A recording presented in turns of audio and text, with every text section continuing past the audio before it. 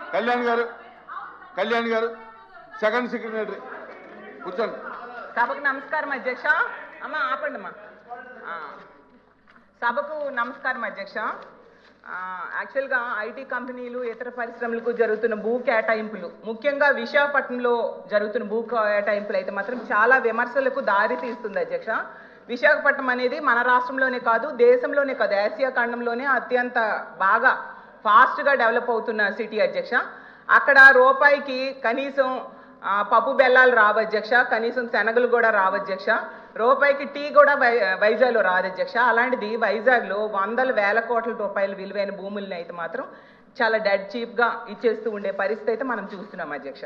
అయితే మనం గతంలో ఒక నానుడు ఉండేది, 99 రూపాయలకే బాటా రేట్ అని. మరి ఇప్పుడు 99 పైసలకే ఏ రేట్ అనాలో అర్థం కావట్లేదు అధ్యక్ష. మన పాత రాజధాని హైదరాబాద్ తీసుకుంటే అధ్యక్ష ఎకరా 150 కోట్లకి అక్కడ ఇస్తున్నారు అధ్యక్ష, ఇక్కడ మాత్రం ఎకరా 150 పైసలకే ఇస్తున్నారు అధ్యక్ష. మరి ఇందులో ఏంటి ప్రాబ్లమో నాకు అర్థం కావట్లేదు. అలాగే ఇంకా పునాది స్థాయిలో ఉన్న అమరావతిలో కూడా ఇస్తున్న భూముల ధరల కంటే మా విశాఖపట్నంలో ఇంకా తక్కువకి ఇస్తూ ఉన్న పరిస్థితి అధ్యక్ష. యాక్చువల్గా భూ కేటాయింపులు అనేవి వెనకబడిన ప్రాంతాలు, మారుమూల ప్రాంతాల్లో తక్కువ ధరకి ఇస్తారు, ఎందుకంటే ఆ ప్రాంతం అభివృద్ధి చెందాలని, అలాగే అక్కడ చీప్గా కూడా ధరలు భూములు ఉంటాయి కాబట్టి ఇస్తూ ఉంటారు అధ్యక్ష. మరి ఇంత కాస్ట్లీ ల్యాండ్ని ఎందుకు తక్కువకి ఇస్తున్నారో ప్రభుత్వమే చెప్పాలి అధ్యక్ష.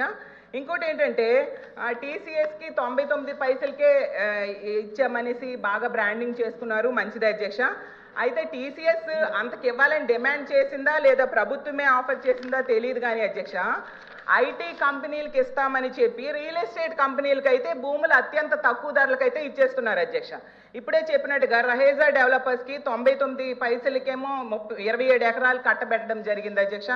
అలాగే అడ్రస్ లేని వర్సా కంపెనీకి డెడ్ చీప్గా 3,000 కోట్ల రూపాయల భూమిని కట్టబెట్టాలని ట్రై చేశారు అధ్యక్ష. మాట్లాడనివ్వండి మంత్రి గారు ప్లీజ్. వన్ సెకండ్ అధ్యక్ష, మళ్ళీ నేను ప్రశ్నిస్తున్నా. నేను 5 కంపెనీలని చెప్పాను అధ్యక్ష. 6వ కంపెనీ పేరు మేడం గారు ప్రస్తావించారు. ఆధారాలు పెట్టమని హౌస్ ఆరోపణలు చేసి బయటకు వెళ్తాను. మేడం గారిని ఇప్పుడు ఆధారాలు పెట్టమని లేటెస్ట్ చేస్తూ విత్డ్రా ది స్టేట్మెంట్ అధ్యక్ష. అంతేగాని ఉరిసాకు మేము ల్యాండ్ ఎక్కడ ఇచ్చాం అధ్యక్ష? We are not given. మేము ఇవ్వలేదు అధ్యక్ష, చాలా స్పష్టంగా నేను చెప్పాను.